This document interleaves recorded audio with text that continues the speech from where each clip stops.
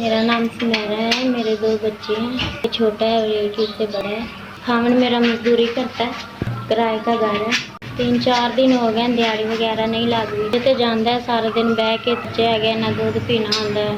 मैं पहले घर के काम बाहर के घरों च काम करती सी ते हुण छोटा बच्चा होया तो हुण काम नहीं करती। इत्थे लैके जानी हाँ, काम नहीं करन देंदे ते रोंदा है। सारे रोज़े रखनी हूँ मैं भी और मेरा खामन भी रोज़े रखता है। मैं थानू दस नहीं सकती किन्ने औखे मैं रोज़े लगा रही हूँ। सैरी कर ली अफतारी वास्ते कुछ नहीं, जे अफतारी कर ली तो सैरी वास्ते कुछ भी नहीं। राशन की बहुत जरूरत है। राशन वास्ते आई हाँ कि जे साडे रोज़े हैगे ने सौखे लंघ जाण।